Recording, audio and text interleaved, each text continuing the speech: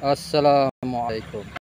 Alhamdulillah hari ini 19.58 meninjau uh, persiapan akhir untuk program pertama di Pusat Dakwah Tok Jiring ini, iaitu kemahan pelajar-pelajar Maktab Kuartan Darul Iman.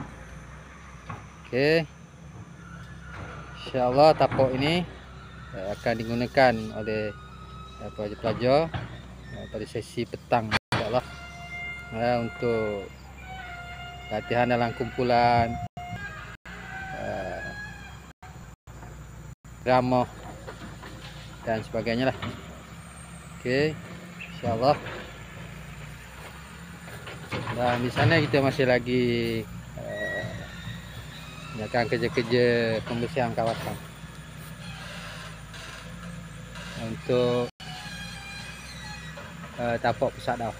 Insya-Allah. Assalamualaikum.